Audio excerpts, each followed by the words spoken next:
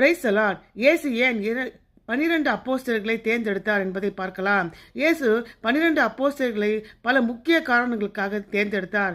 நடைமுறை மற்றும் அடையாள காரணங்களுக்காக அவ்வாறு தேர்ந்தெடுத்தார். முதலாவது காரணம் அவரது போதனைகளை பரப்புவதற்கும் அவரது பணியை தொடர்வதற்குமே இயேசு 12 சீஷர்களை தேர்ந்தெடுத்தார். ஏனென்றால் பூமியில் தனக்குடைய பணியை நிறைவேற்றி முடிகிற நேரத்திலே அவரிடமிருந்து கற்றுக்கொண்டு பின்னர் அவருடைய ரட்சிப்பின் செய்தியை பரப்பும் நெருங்கிய சீடர் குழுவை அவர் அமைப்பது தேவைப்பட்டது.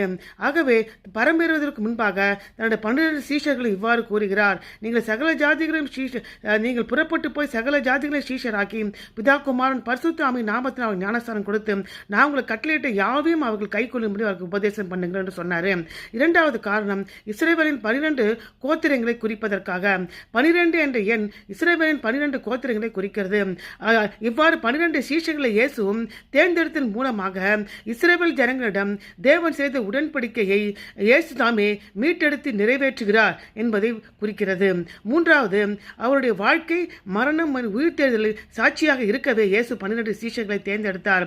ஏனென்றால் இயேசுவின் அற்புதம், போதனைகள், சிலுவையின் அறையப்படுதல் மற்றும் உயிர்த்தெழுதல் ஆகியவற்றை நேரடியாக காணும் மற்றும் நம்பத்தகுந்தமான சீஷர்கள் இயேசுவுக்கு தேவைப்பட்டார்கள்.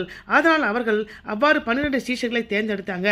நான்காவது காரணம் அவர் பிரசங்கிப்பதற்கும் குணமாக்குவதற்கும் பிசாசுகளை துரத்துவதற்கும் அற்புதம் செய்வதற்கும் 12 சீஷர்களை தேர்ந்தெடுத்தாங்க. அவ்வாறு அவர் இந்த வல்லமையை கொடுத்து எங்கும் போய் சுவிசேஷத்தை அறிவிக்கும்படியாக அனுப்புகிறாரு. அவர் தம்முடைய 12 சீஷர்களை தம்மிடம் வரவழைத்து அசுத்தாவை துரத்தவும் சகல வியாதிகள் சகல நோய்களும் தீர்க்கவும் அவருக்கு அதிகாரம் கொடுத்தாரு. ஆறாவது காரணம் திருச்சபையின் அஸ்திபாரத்தை கட்டுவதற்காக 12 சீஷர்கள் தேர்ந்தெடுக்கப்பட்டாங்க.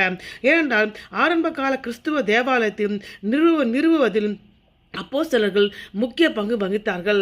அவர்கள் போதனைகள் கிறிஸ்துவ விசுவாசத்தின் அடித்தளத்தை உருவாக்கின.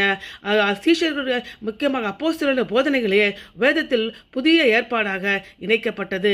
ஆகவே எபேசியர் 2:20 படியாக அப்போஸ்தலர்கள் தீர்க்கதரிசி என்பவருடைய அஸ்திபாரத்தின் மேல் கட்டப்பட்டவர்களாக இருக்கிறோம். அதற்கு இயேசு கிறிஸ்து தாமே மூளைக்கல்லா இருக்கிறாரு.